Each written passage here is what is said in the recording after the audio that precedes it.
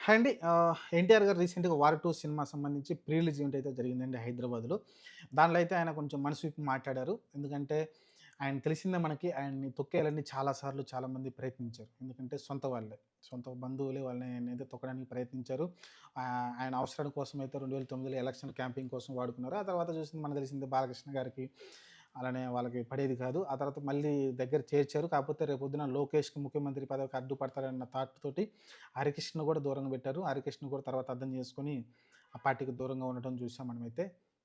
ఓవరాల్‌గా అయితే ఇట్లా ఉంటే నిన్న రీసెంట్‌గా అయితే 'వార్ 2' సంబంధించి మాట్లాడుతూ ఆయన ఆహ్, నన్ను ఎంత తక్కువలా అనుకుంటే నా ఎదుగుదలని ఎవరు ఆపలేరు. మనం ఇంకా ముందుకెళ్తూనే ఉంటాం. మనం ఏ స్థాయికెళ్తామనేది ఆహ్, అది దేవుడు డిసైడ్ చేస్తారు. అది మా తాతగారి ఆశీస్సులు, నందమూరి తారక రామాగారి ఆశీస్సులు నాకున్నంత కాలం నన్ను ఎవడు ఆపలేడు. నా నా విజయాలను ఆపలేడు, లేకుంటే నా గెలుపులను ఆపలేడనైతే ఆయనైతే చాలా స్ట్రాంగ్ స్టేట్‌మెంట్ అయితే ఇవ్వడం చూసాం మనమైతే.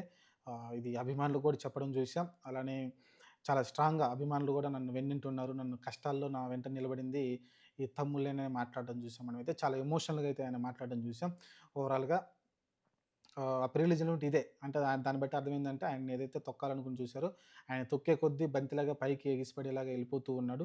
ఒక 'ట్రిపుల్ ఆర్' తోటి, మన 'దేవర' తోటి, అంతకుముందు 'అరవింద సమేత' కావచ్చు, 'జైలవకుశ' కావచ్చు, ఇలాంటి మంచి మంచి హిట్‌లతోటి, భారీ హిట్‌లతోటైతే 'నందమూరిలో' ఎవరికీ సాధ్యం కాదు. 'కళ్యాణ్ రామ్' తీస్తున్నాడు గానీ పెద్దగా అంత భారీ విజయం సాధించలేదు. చూడాలి 'బాలకృష్ణ' కొడుకు వస్తున్నారు బయటికి. మరి ఆయన కొడుకు ఎంతవరకు సక్సెస్ అవుతారో చూడాలి. ప్రస్తుతానికైతే జూనియర్ ఎన్టీఆర్ అయితే వేరే లెవెల్‌లో ఎళ్తున్నాడు.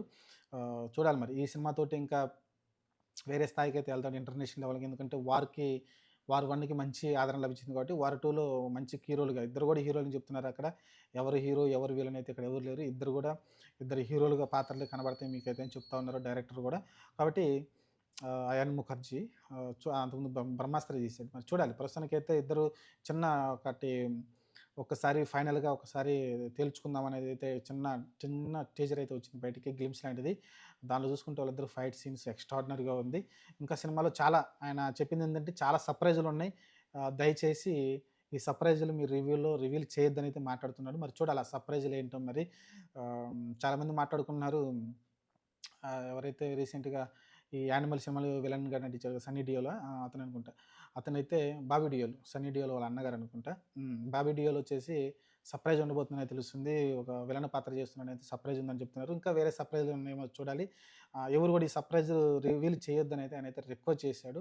ఆహ్, ఎన్టీఆర్ అయితే. అలానే ఇంగా నా అభిమానులకి పాదాభివందనం చేస్తున్నాను అని చెప్పుకొచ్చారు.